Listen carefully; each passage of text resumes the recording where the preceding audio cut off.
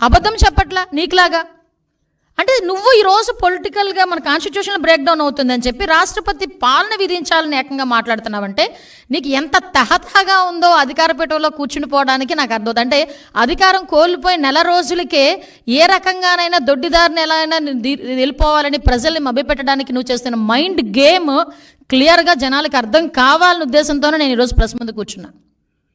ఈరోజు ఎవడైనా పరామర్శకి వెళ్ళి అమ్మ ఎలా జరిగింది, ఎంతమంది పిల్లలు, ఏంటి నీ పోషణ ఏంటి, నా మనిషివి కదా, నీకు ఎంత కాంపన్సేషన్, పార్టీ నుంచి ఎంత కాంపన్సేషన్ ఇస్తాను, ఇలాంటివి మాట్లాడాలి. అతగాడు ఏం మాట్లాడాడండి? నీకు అమ్మఒడి వచ్చిందా, అమ్మఒడి నేను ఉంటే ఇచ్చేవాడిని, వసతి దీవెని ఇచ్చేవాడిని, ఇప్పుడు చంద్రబాబు నాయుడు గారు అవన్నీ ఇచ్చారా, అవన్నీ అయినాయా, ఇవన్నీ మాట్లాడతాడు ఎవడైనా? మైండ్ దొబ్బిందని తెలుసు, మరీ ఇంతలాగా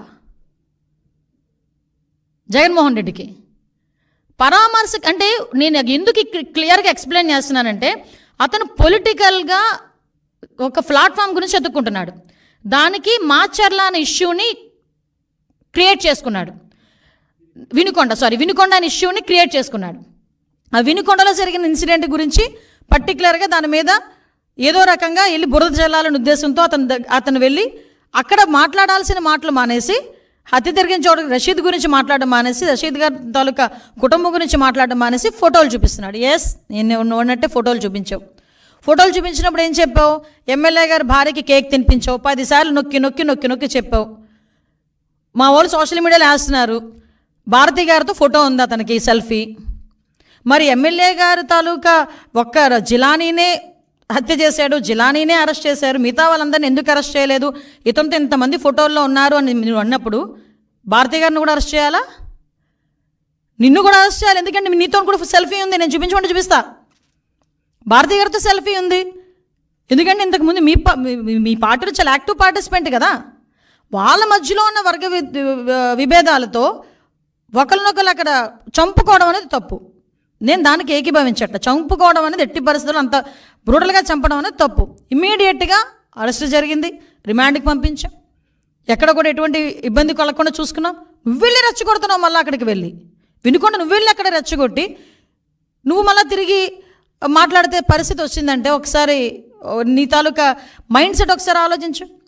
నువ్వు మళ్ళీ ఈరోజు ఎంత దారుణం అంటే గవర్నర్ గారి దగ్గరికి వెళ్తావట. ఓ పని చేయండి, గవర్నర్ గారి దగ్గరికి వెళ్ళేటప్పుడు మీరు కూల్చేసిన భవనాలు, అదేవిధంగా ఇక్కడ డీజీపీ ఆఫీస్ పక్కన, ఎందుకు ఈ ఎగ్జాంపుల్ చెప్తున్నానంటే డీజీపీ ఆఫీస్కి కరెక్ట్గా 1 కిలోమీటర్ దూరంలో ఉన్న పార్టీ ఆఫీస్ మీద నువ్వు దాడి చేసావు. ఈరోజు చంద్రబాబు నాయుడు గారు చలో ఆత్మకూరు పెడితే అక్కడికి వెళ్ళి చంద్రబాబు నాయుడు గారి ఇంటి గేట్లకి వెళ్ళి పెద్ద పెద్ద రాడ్లు తాడులు కట్టి బంధించావు. చంద్రబాబు నాయుడు గారి ఇంటి మీదకి నీ తాలూకా ఎమ్మెల్యే ప్రమోషన్ గురించి చంద్రబాబు నాయుడు గారి ఇంటి మీద జోగి రమేష్ వెళ్ళి దాడి చేశాడు. ఇలాంటి సంఘటనలు మా తోట చంద్రయ్య అనే బీసీ వ్యక్తిని జై జగన్ అన్నందుకు పీక కోసి చంపేశావు. మరి వీటన్నిటి మీద మేము ఎవరి దగ్గరికి వెళ్ళాలి? ఆ రోజు మేము వెళ్ళి ఉండాలి. ఆ రోజు ఇవన్నీ మేము ఆ రోజు ఇలాంటి సంఘటనలు మేము కూడా ఒక బుక్ వేసాం. ఆ రోజు జరిగిన సంఘటనలన్నీ నేను అథెంటికేషన్గా ఉమెన్ ప్రెసిడెంట్గా ఉండేటప్పుడు మహిళా కమిషన్ చైర్పర్సన్ దగ్గరికి వెళ్ళి అమ్మ ఇంతమంది మీద అఘాయిత్యాలు జరిగినాయి, ఇంతమంది మీద హత్యలు జరిగినాయి విత్ క్రైమ్ నెంబర్స్ నేను తీసుకెళ్ళి ఇచ్చాను. నీ దగ్గర అలాంటి అథెంటికేషన్ ఏదైనా ఉందా? నీ దగ్గర అలాంటి ప్రూవ్ ఏమైనా ఉందా? తీసుకొచ్చి చూపించు. నేను ఈరోజు హోమ్ మినిస్టర్ హోదాలో అడుగుతున్నాను. నేను మానేసి వేగ్గా మైక్ ఉంది కదా, నాకు ఒక ఛానల్ ఉంది కదా, నోటుకు వచ్చినట్టు మాట్లాడతాను, ప్రిపేర్ అయ్యి వచ్చాను, ఎవడు మధ్యలో అడ్డగించొద్దు, ఎవడు మధ్యలో ఆపొద్దు అని చెప్పి నోటుకు వచ్చినట్టు మాట్లాడేస్తానంటే ఎందుకు చట్టం ఊరుకోవాలి అని అడుగుతున్నా. ఆ రోజు నువ్వు ఎవరినైతే ఉపయోగించుకొని, పోలీసులను ఉపయోగించుకొని